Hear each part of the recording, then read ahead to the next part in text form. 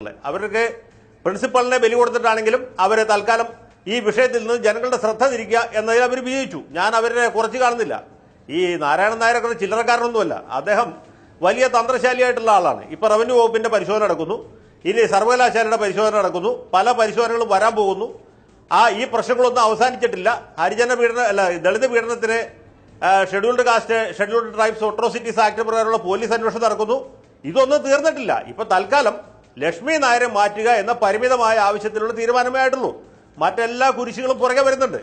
അപ്പോൾ ഇത് പൊതുജന സമൂഹത്തിൽ ഒരു ചർച്ചാ വിഷയമാകുന്നു. ലക്ഷ്മി നായർ LLB പാസ്സായത് പോലും ചർച്ചാ വിഷയമാകുന്നു. മുഖ്യമന്ത്രിയുടെ അഡ്വൈസറായിരിക്കുന്ന ജയകുമാറിന്റെ ഡിഗ്രി ഏത് രീതിയിലാണ് എന്ന് ചർച്ചാ വിഷയമാകുന്നു. എല്ലാ പത്രങ്ങളിലും ചർച്ചയാവുന്നു, എല്ലാ ചാനലുകളിലും ചർച്ചയാവുന്നു. ചെറിയ കാര്യമാണോ?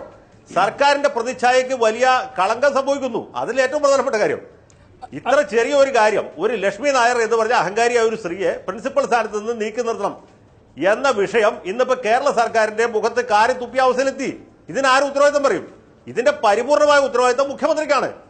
അദ്ദേഹത്തിന്റെ മൂക്കിന് താഴെയാണ് നടക്കുന്നത്. ഇത് അഫ്ഗാനിസ്ഥാനിലല്ല, ഉസ്ബെക്കിസ്ഥാനിലല്ല, പേരൂർക്കടയിലാണ്. ഹജൂർ കച്ചേരിയിൽ നിന്ന് ഉറക്കെ വിളിച്ചാൽ കേൾക്കുന്ന സ്ഥലത്താണ് ഈ സമരം നടന്നത്. തിരുവനന്തപുരം കത്തിയരിഞ്ഞപ്പോൾ അദ്ദേഹം വീണ വായിച്ചില്ല, കാരണം അദ്ദേഹത്തിന് വീണ വായന അറിയില്ല. ഇതിന്റെ പരിപൂർണമായ ഉത്തരവാദിത്തം മുഖ്യമന്ത്രിക്കാണ്. ശ്രീ ജയശങ്കർ, ചോദ്യം കേട്ട വാദി കേൾക്കാത്ത വാദി